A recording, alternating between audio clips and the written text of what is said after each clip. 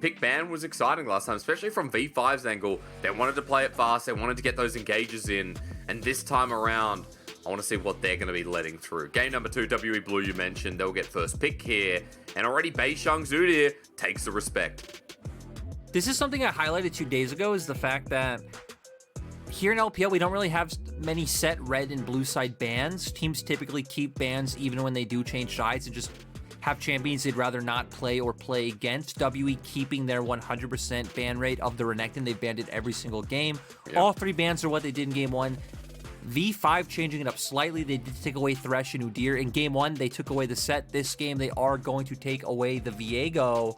Both Rumble and Lee Sin are open. Those are the 2 champions that we are keeping our eye on. Maybe with the fact that Udyr is taken away, Beishang just feeling a lot more comfortable getting on the Rumble, and Breed saying, hey, I have answers up against this Lee Sin pick if they do decide to bring it top. Now I want to see, I expect the Lee Sin pick to come out for V5. Do you also just take away the set here? And they do, because, right, you have 2 AD soul laners coming out. Either of these champions can play either soul lane, and it sets up very nicely for PZX to bring out the Diana, the Nidalee, the Lilia. Really, any of these 3 picks are where my attention would go towards. And WE keeping strong with these poke compositions coming out. Yeah, I mean, the Ezreal, the Jace, right? Huge range advantage already built up. And Ezreal on Elk again, something that we mentioned earlier on, you know, this is just kind of the go-to. I like that you pulled out the Diana because it becomes a reality. Lyric, you so nicely named it. And dude, we have so much teamfight engage here already for V5. And it slots in well up against what WE picked out of the 3 AP options that I listed, because when you're up against Poke, they're looking for those champions that can find the flanks, that can find the all-in opportunities, be extremely decisive, get off all the bursts. So you do have a lot of setup coming out for her so far with the set. You know, Stride Breaker, Flash Ultimate into a Face Breaker is going to give you that big kind of swab of people where you go in, use that ult, and you're able to chunk them down quite low. You want to see V5 keep up that theme in their bottom lane. So Varus still left open. I don't know if WE want to ban that one out right now, because that would be my go-to answer. I think something that does bring more engage and all in, I think you do have a lot of options with that, because not only do you have the champions that bring utility in their ultimates, but you also could even always default to a Kai'Sa or Tristana that are able to jump in and follow the charge. So maybe Kai'Sa being the thing that I would expect is most likely, with Varus being off the table. I like that as well, right? You know, especially when they're all rounded up and Kai'Sa can position around in the fight and play as versatile as that AP assassin in the jungle. It was already hovered a little bit there. Remember, V5 have that last pick available, so with an AD already picked up for WE, maybe they get support priority, take it away from missing, and get the Solar Flare as another form of engage. Yeah, I'm a little bit surprised they wanted to take this one away first, so it shows that this is the most high priority support in their mind with finding those guaranteed engages. I guess it does make sense with, you know, the Zenith Blade. You then have the stun coming up, you have the solar flares coming out from a range, because you do need range engage coming out. Sure, you can always bank on something like a Nautilus hook or trying to flash in with a Rel, but if you aren't able to close that distance, that's just going to fall flat on its face. Elk going to bring in the Alistar, so now WE having a bit of engage if they do want to try and re-engage on the back end of kiting out the side of WE, and also offering the disengage with the headbutt. Yeah, I mean, disengage feels like it's the most important part out of that. Mole had a banger game on the Zoe in game number 1. It's banned away this time, so he returns to the Twisted Fate. A lot of pick potential there now created, and a lot of ability to attack that top lane of Breathe has just been created. But I want to talk about V5 first here, Lyric. I want to see what AD they round out with. You mentioned the Kai'Sa and how it fits into this comp, but a lot of ADs available that are quite relevant right now. I would still expect the Kai'Sa. I think it's something that makes the most sense with the way that Victory 5's team comp wants to play out. We saw the Jhin Hover. That's something else that can work, but they are just going to opt into this in the end. Okay. And once again, we have very clear styles that I think reflect similarly to Game 1, where V5 want to be the ones leading the charge. They are going to be, I think, aggressively grouping up, looking for some of these picks. A lot of synergy between mid-jungle and just jungle in the soul lanes overall, with the damage profiles coming out, with the fact that Invincible can find the ward hop into a kick, or Uniboy can flash Face Breaker and set up for PZX. For WE early on, I think you're just gonna play out your laning phases pretty independently. At the level 6 mark, we know we're gonna be looking for those destinies coming out from Mole a lot more aggressively than they did the other day. But this composition comes online once we are grouped up in front of objectives, looking for deep wards in choke points in the enemy jungle, so you can recreate what you did in game 1. I like that because playing around some of those chokes as well with Twist of Fate, Rumble there too, and the Jace and Ezreal at range just seems like so easy, and again, recreates what we saw. I like that we do have similar compositions, or at least similar ideas coming through, because V5 in game number 1, if you guys missed out, V5 had a pretty decent early game. PZX was super proactive on the Xin Zhao. Changing around into game 2 though, Lyric, Diana comes through, has that partial, not engage, but has a good gap close now with the Lunar Rush being put into the E of her kit. Waits for the 6 though for that Moonfall where she becomes impactful around some of these skirmishes. But still, I mean, I'm looking for PZX in this early game and how he can match Bei Sheng and get into some of these lanes. The thing is, we don't expect him to be as aggressive as he was that first time around, right? Because you just hit on it. He is on the Diana. He is waiting for that level 6 mark for a lot of his burst and damage potential to come out. That's also where a lot of the setup will start being for the side of Victory 5 with the Showstopper on Uniboy, the Solar Flare coming out for ZYF. So I think we should have a more tamed first 6 to 8 minutes of the game, barring any shenanigans in 1v1 or 2v2 situations. Well, let's find out. Welcome to Summoner's Rift for the second time. For some reason, the sky is red. It is dawn of the last day. And, well, actually, we are just in WE's home arena. I should be used to this by now. As we come on in, WE now on the blue side. We already talked about the drafts. I hope you put that into your brain, locked it away, sealed it in. And we have pretty standard runes on the screen as well. I just note that it is Dark Harvest for Bei Sheng, which, okay, let's be honest, is pretty much the go-to. But Mole on the unsealed spellbook in the Twisted Fate, as we most often see. Right, you definitely don't need any type of laning rune on the side of Twisted Fate. Gonna go to something that brings you more utility around the map and later on, especially with how much value you do get out of using things like the teleport and then, you know, having that ability to switch to something else. And talking about the mid lane matchup overall, it is pretty, I'd say, non-interactive. Mole does have opportunities where he can trade on Uniboy and try to tether out that range if he does walk too far forward, but we know Uniboy, if he can find an all-in, if he can walk up with Q and then hit a face breaker, he will win out in trades ultimately, but 4v5 to me, it's a lot more about that mid-jungle duo and bringing PZX in the mid lane to try to punish. I'll be watching the jungle path as Elk just gets absolutely brutalized by Kepler and ZYF. That was the start of the Zenith Blades, so nice little trade here from V5's bottom lane to start us off. And this is what you expect, right? You have Kai'Sa Leona up against an Ezreal and Alistar. Alistar not providing really anything at all at level 1. Ezreal, despite all the changes, still isn't the most dominant laner, so he will get pushed into Kepler with the fact that he does bring out his Q, but WE actually being the ones trying to find an early start with this game. That's gold card. Uniboy has the flash available, might just have to burn it, and Bei Sheng threatens him away. That'll lead him to topside Scuttle Crab and give Mole a bit of reprieve, or at least put Uniboy in a dangerous position.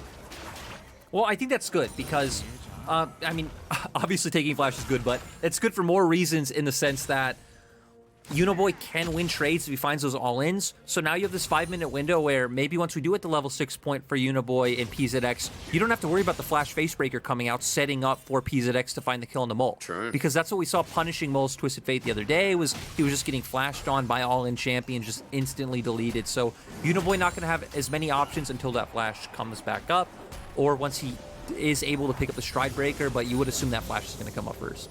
Also means that for someone like Mole as well, you know, a partially safer laning phase too. He'll get to 6, he'll be able to move across the map, and there's going to be less result from someone like Uniboy being able to stop that. So level 4 here on Mole, we wait for the 6, we wait for the Destiny. And Lyric, I have to ask you at that 6 point, and when Bei Sheng gets 6, do you start playing to stop the skirmish, to stop the engage from V5 if they want to start tussling, or do you look for a lane to hit like Breathe on this Jason the top side? Early on, you're definitely utilizing the Destiny to just keep accelerating Breed's advantage. We can see WE are already playing towards that. Bei Sheng making his way up there now. Looks like is just going to go for a recall, make sure nothing comes out. And if PZX was able to look for a gank right now, that he would be in close proximity to answer. But Breed just going to keep dominating in this 1v1, utilizing his range advantage well and pushing this wave in. So PZX going to be on the top side of the map now. You would expect him to probably try and look for an opportunity once he is finished with these Krugs. But with the fact that WE have the ward, probably nothing to happen on the top side of the map. Another ward down here as well. It's ward for ward on the Krug camp, and a lot of LPL teams really nice with the timers at the moment, I've noticed, as vision control for both teams working out, which means that both junglers are going to be spotted out in full vision control for both V5 and WE. You mentioned the CS advantage up in the top side, and I want to point out that while game one, Breathe didn't really have a bad game. He was on the Viego against the Lee Sin. It was a harder matchup. He wanted to scale up. Now here on the Jace, we see what Breathe does with such an enhanced laning phase, and such a good time all around, I guess. I mean, and this is the style that he thrives on. Mole gonna get ganked. He does a flash up. Flash for flash, shield of daybreak. Zenith Blade comes in. Here's Beishang to the rescue. And down goes the mid laner for V5. Uniboy is the first blood. Mole follows up and the kill goes to ZYF. That's worth the support takes a kill. Yeah, ZYF doing a nice job of using his back timer to go mid. Looks like WE weren't even conscious of it happening. And it's like, sure, Kepler is by himself in the bottom lane catching a wave under turret, but against Ezreal Alistar, he isn't under too much threat. So we're just going to see how this one pans out. Is able to come out with a gold card, flashes, but he is already hit by the stun. Aftershock damage comes out. Uniboy able to throw in a little bit there as well. So ultimately going to be a 1-for-1, but yeah, I think Beishang especially feeling extremely good about that one. That's a blasting one coming right back here as well. Already have the refillable potions. You're looking good here for Beishang now with the equalizer as well, Lyric. And we mentioned what's going to happen at the 6 point. Well, we see Mole has his ulti, but Beishang does too, and he's now been spotted up towards the top side. Yep, so at least going to be able to try and zone Invincible off some of the CS. You couldn't expect to see a Destiny for Mole at that moment because he was being forced under his turret by Uniboy, so no real opportunities to walk up right now. Uniboy just kind of hovering back. I mean, Lyric, Invincible walks up every time. I know he's a melee user, but it's just so rough watching this lane from his perspective. 500 gold down, next wave crashing in. He has TP that he'll have to burn to catch it. But a massive wave crashes in yet again. Breathe in a great position. He'll be backing with a serrated Dirk, you know, potential tier if he wants to go that down direction. Caulfield's Warhammer, I mean, there's a lot of gold sitting there right now for Breathe. And yep, there's the tier picked up. And yep, there's the serrated Dirk as well. To be fair to Invincible in the last trade, right, he knows he's going to look for the back for the Iron Spike Whip, so he's fine losing out on HP to just force out some of those minions. But right now, WE and V5 both hovering around this bottom side of the map. You see that V5 want this engage. PZX does have his ultimate available, so a ton of bursts coming out. The fact that Uniboy has push in the mid lane, his flash is going to come back up once again in just a few seconds. I feel like we're bound to see some action. Yeah, I'm looking forward to it. Uniboy with the early Merc treads as well, really going against Mole, going against, I'd say, missing as well with the tramples. So a nice little pickup here for the mid laner of V5 as he pushes out the wave, as deep wards were placed in that little rotation as well. And I also want to point out that, okay, Uniboy is actually just going to get caught here. Electro Harpoon number 2 as well, overheating time. Uniboy will be gold carded, interrupted though by the ulti. Haymaker just walked back on. Really good pathing here from Beishang, and Breathe. Bit of a kill still, but he TP'd for that, Lyric. He deserves it. I mean, I think it feels great having it on your Jace as well. PZX forced to flash. I think he's just going to go down. Breathe follows as well. It's hammer time! And Breathe doesn't even need to pull it out. Second kill goes over, and you thought top was bad before. Now you should see Breathe when he goes back. And you know, I can understand the thought process coming out from Uniboy to use a showstopper and be like, okay, I'm not going to get stunned, I'm not going to be hit by the gold card, but you're going even further away from your own jungler who's the one bringing all the damage in that exchange.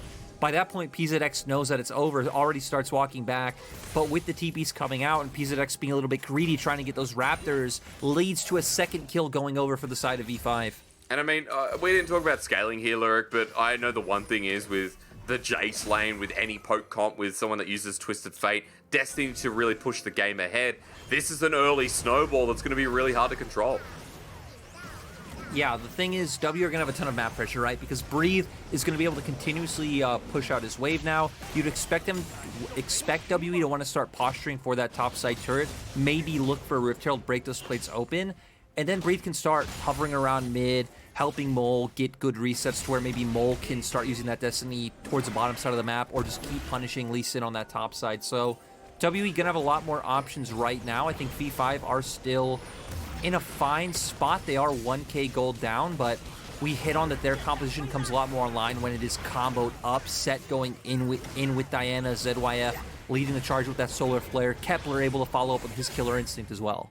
And the problem is, if you approach someone like WE now, and if this continues to progress with Herald going down, if Breathe gets that gold advantage too, then by the time you approach, your health bars are already half gone, and people like Elk and Mole can finish it up. So I definitely see there's always going to be a counterpunch with WE having the gold lead, especially with the Night Harvester just picked up for Beishang.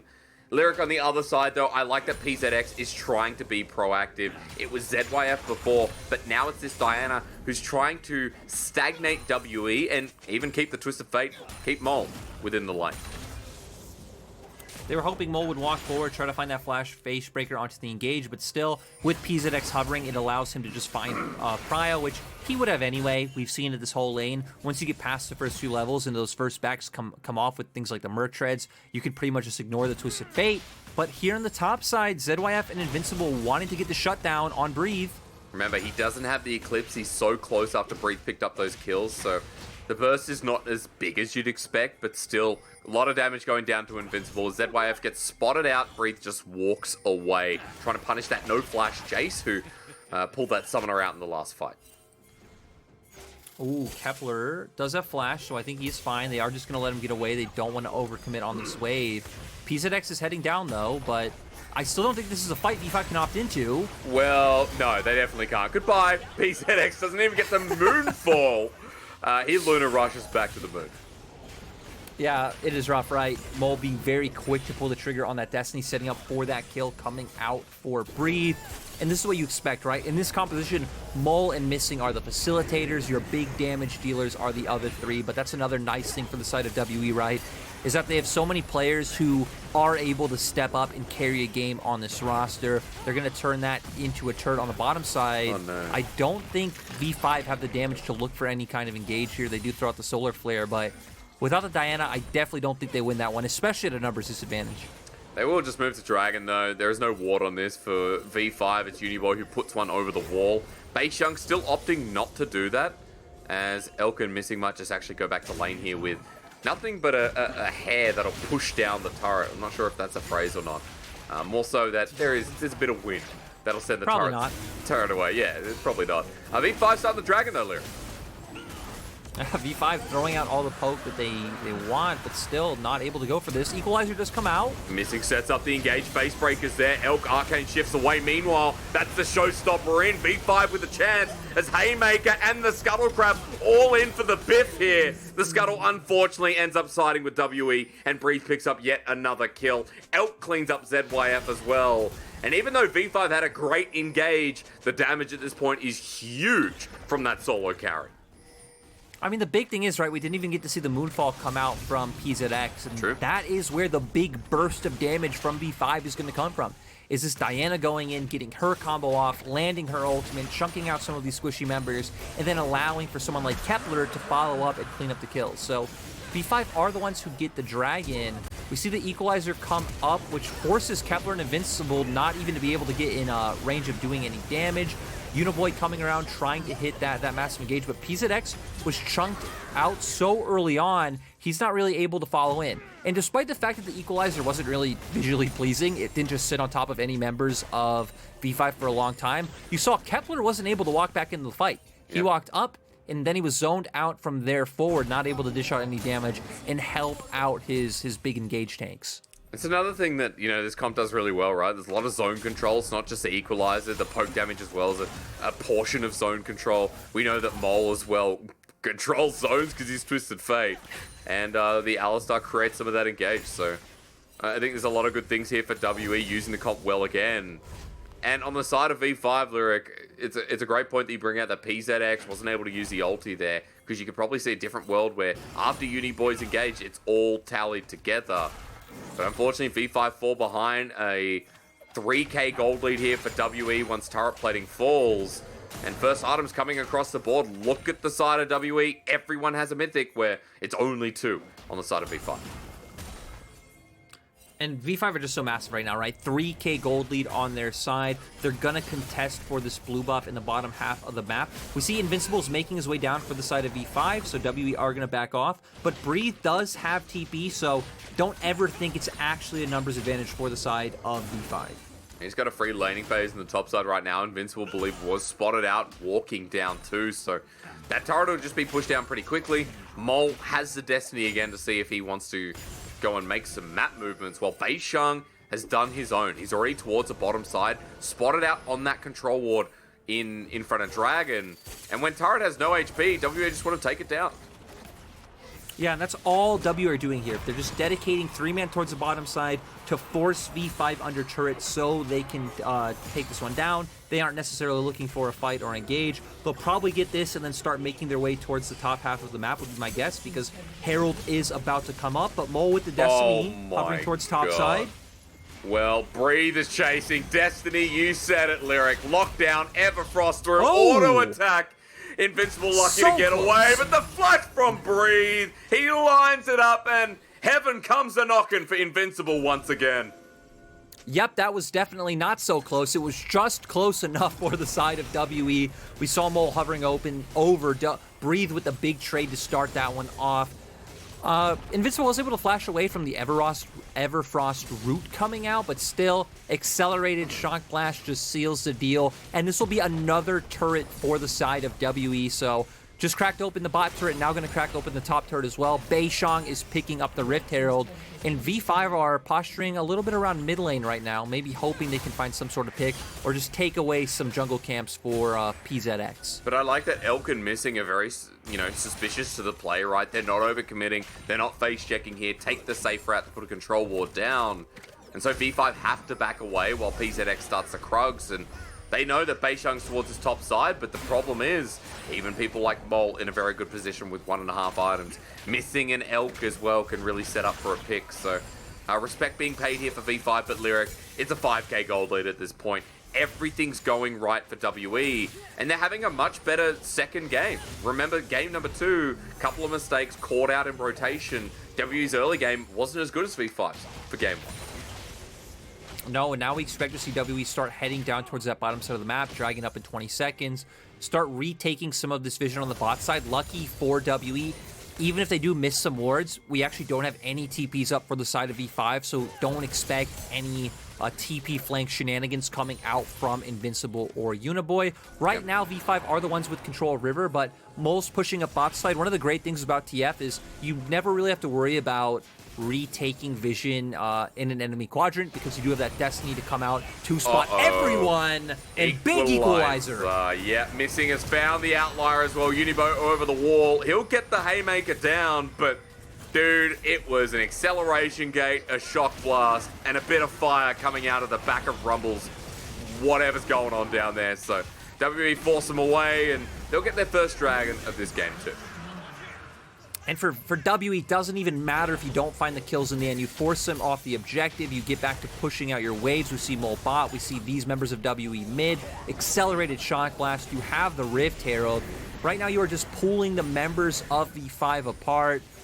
And for V5, I mean, right, you're hoping for a miracle at this point. You're hoping that the key members of WE overextend, as actually V5 are the ones overextending. Yeah, V5, I was going to say, well, WE hoping for the same, because thank you for Invincible. He walks in, almost chunked out, almost dies, and Herald gets the second charge towards the mid lane. Look at this, poked down, trying to get it again. You know what? I think Elk was watching. Who was it, Lyric? Who got it? You and Munchables were casting. I'm trying to think. It was LWX. It was LWX's Ezreal, that's right. Elk's obviously, been watching that clip, hoped to get his own there, but unfortunately, hey, to be fair, all of FPX's members were like pinging and timing that out as well, so that was a team effort on the FPX one. Still super cool for LWX. So yeah, but You know, to walk you through the win condition of V5 at this point, what V5 are hoping for, as maybe I pause, maybe Breathe goes too far. What V5 are hoping for at this point is Breathe walks forward. You have Uniboy showstopper Breathe into both Elk and Beishong. He hits a face breaker. PZX is in perfect position to combo in with his ultimate. They're all low. Kepler ults in, gets the triple kill, and that's how V5 takes it all. Okay, so that sounds like very specific conditions that are going to be very hard to achieve when approaching WE at this point is just a no-no. Less of a no-no, more of an ouch, you know? Exactly. It is definitely a big ouch coming out for V5 anytime they are close to Breathe, Elk, or Beishong.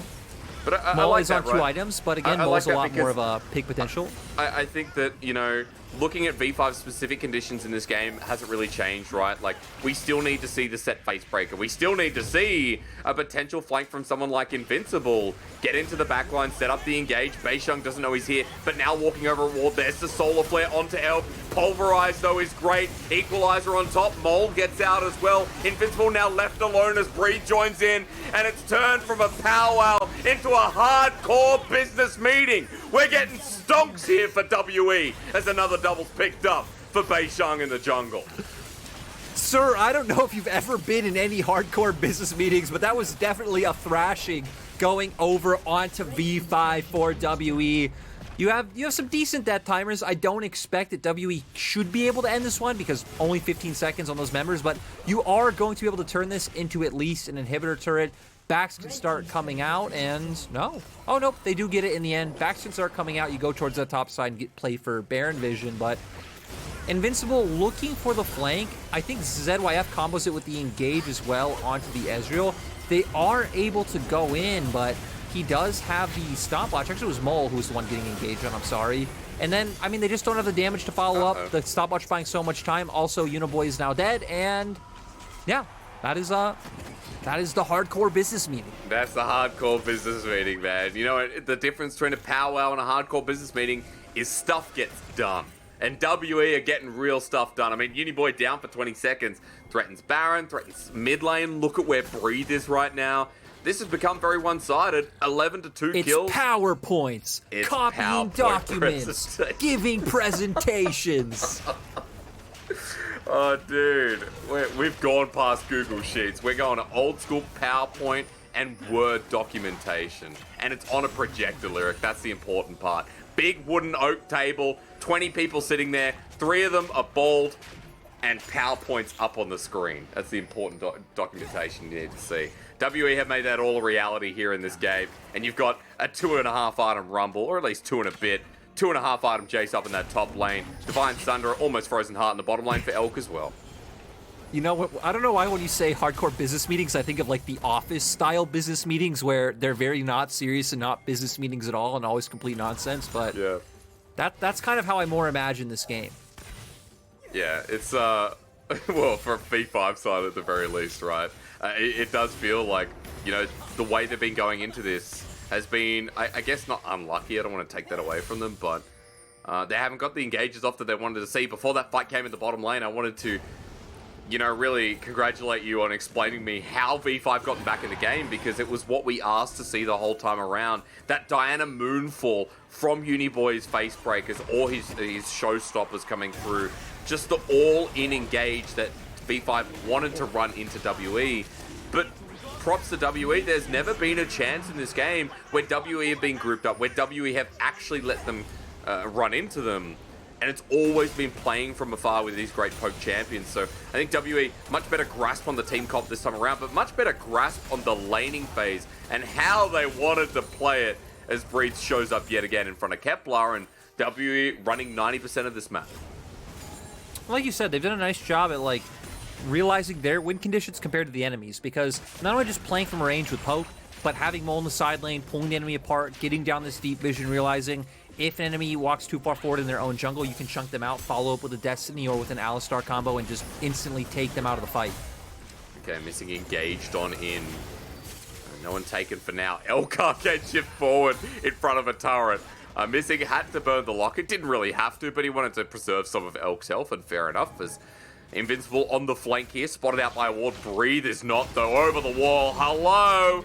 Guess who it is? Shock Blast, Equalizer, Invincible, trying to get out there. Flush with the safeguard. ZYF burns his own, but missing. Rocks up to the party, brings a keg, and WE clap their hands. 5 versus 4, Barons on the map. They're just playing with their food at this point. I like that Breathe was playing from that angle, right? Realizing that someone like Invincible is going to be looking for the flank. Chunks him out with a bunch of damage. They chain that with the Equalizer. He is still able to get away, but ZYF then pretty much is forced to take the brunt of the punishment and then goes down. WE now going to be the team to go straight onto the Baron. PZX does have both Flash and Smite available.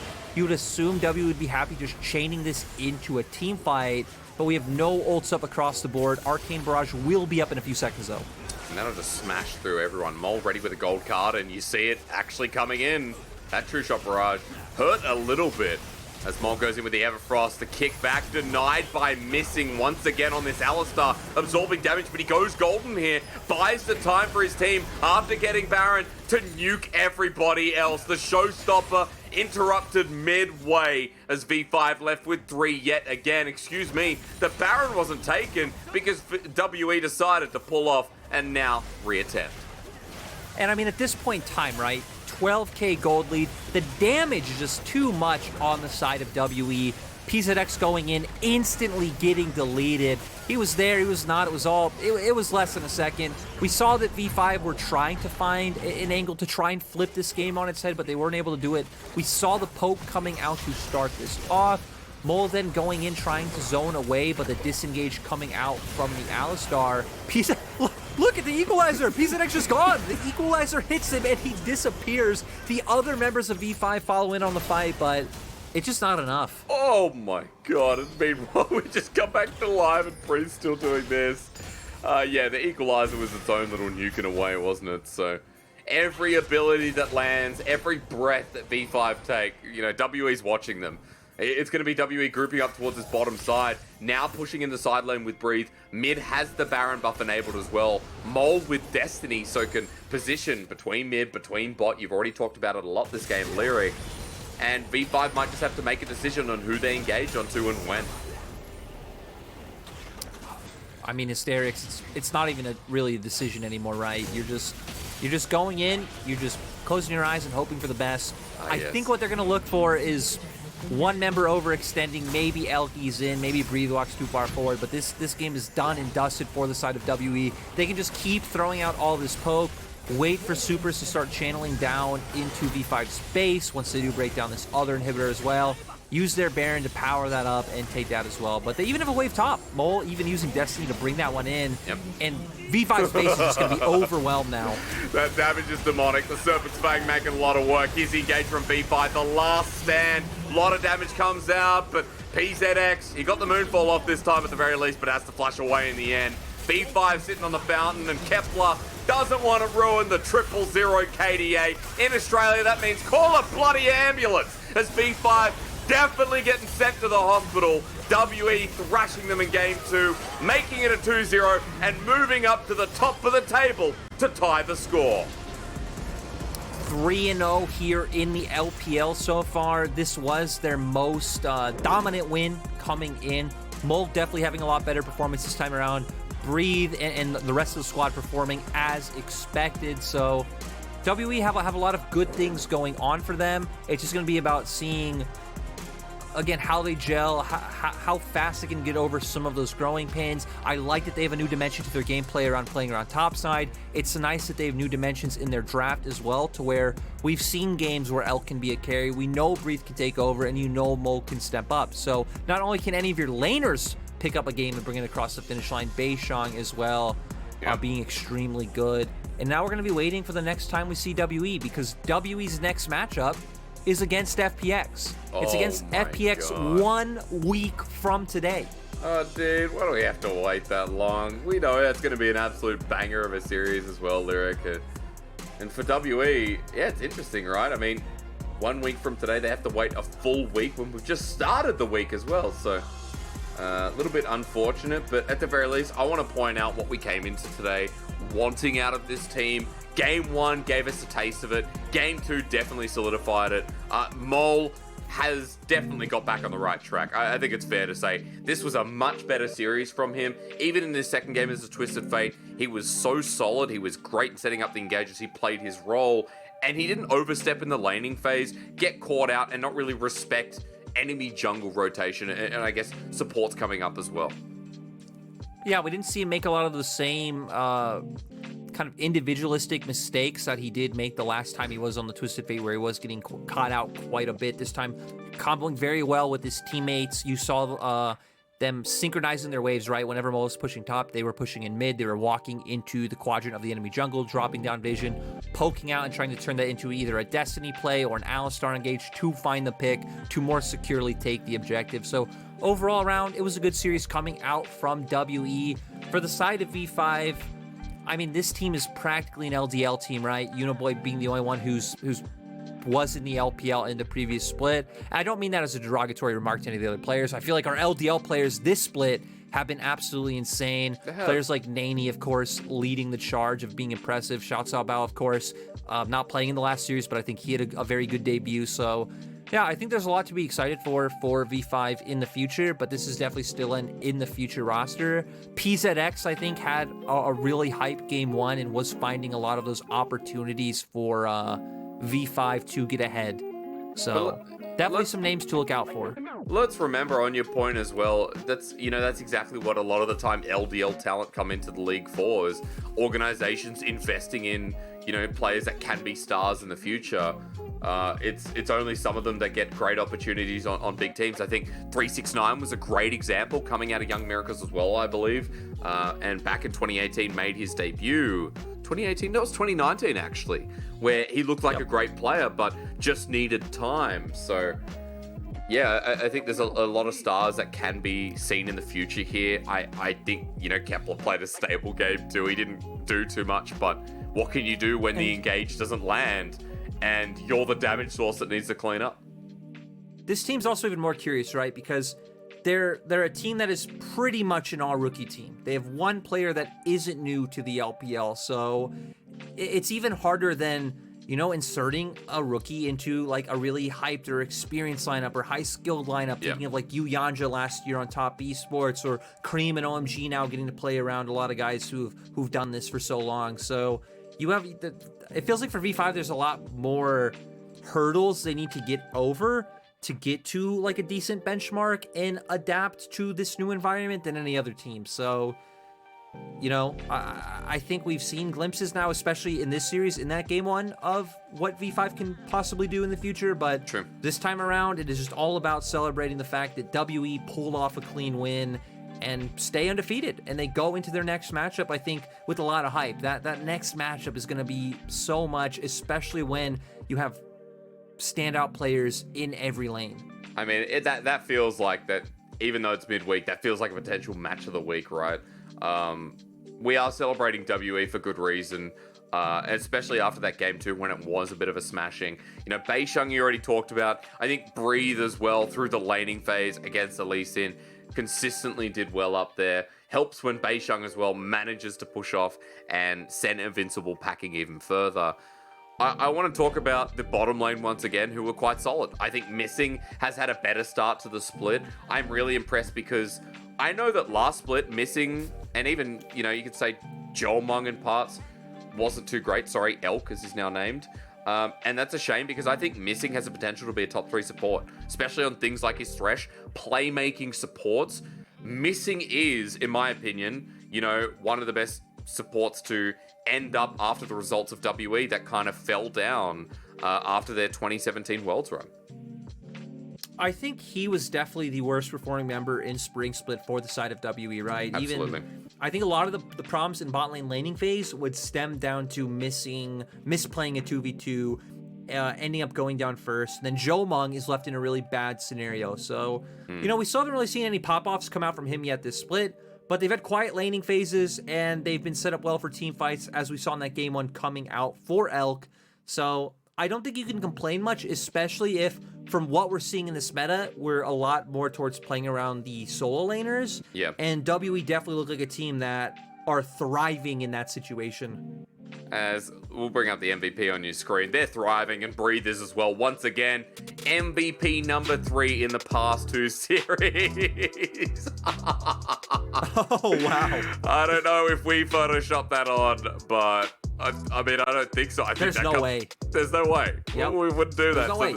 That's excellent. Yeah. Okay. He's definitely wearing it. He's definitely wearing it, but now he is tied, for leading the MVP standings with Flandre, Icon, and Yagao. So not too surprising when he is having performances like this on the Jace where, I mean, so many of those accelerated shot blasts setting up kills. The one in top lane where he just chunked him out so low, Mole follows up with a Destiny, and he still is able to get it from that long range when it looked like Invincible got away. It was beautiful. This one was a bit of him just kind of coming in and trying to set himself up for a good start. Wasn't exactly needed, but did follow it up with another kill as well. And Breathe is going to be a man that whenever WE is on, people are just going to hear us talk about. It's going to be all about Breathe. Remember when it was early days of Halo and, people are using the assault rifle, the battle rifle, whatever you want to call it. There's always that one guy that gets a rocket launcher. And it's just Breathe in all these fights. He's always late and he's cleanup crew. You just watch him. He comes in and he shoots to kill. I love how he's always on the scene last, manages to pick up the kill, been so fed, cleanup crew, all that. I'm really excited for WA this split, Lyric. I think you and I had a chat before Split. Remember, we did the show with Emily Rand and Clement, where we kind of talked about teams we're excited for, and WE has been living up to it so far. Oh, definitely. The team to keep looking out for, but Hysterics, we got more games to get through, so we gotta get past this mark. We gotta let you throw to a break. And we gotta come back for the second series. See, it's so natural. You couldn't tell that I'm about to throw to the break, ladies and gentlemen. We do have a little bit of a break till we get to the next series, though, folks. It is BLG versus LGD. We are moving over to Hangzhou. If you have Google Maps out, look at Xi'an, where we just were. Now look at Hangzhou. So we're literally going to walk there, Lyric and I, and we'll see you in about 10 minutes.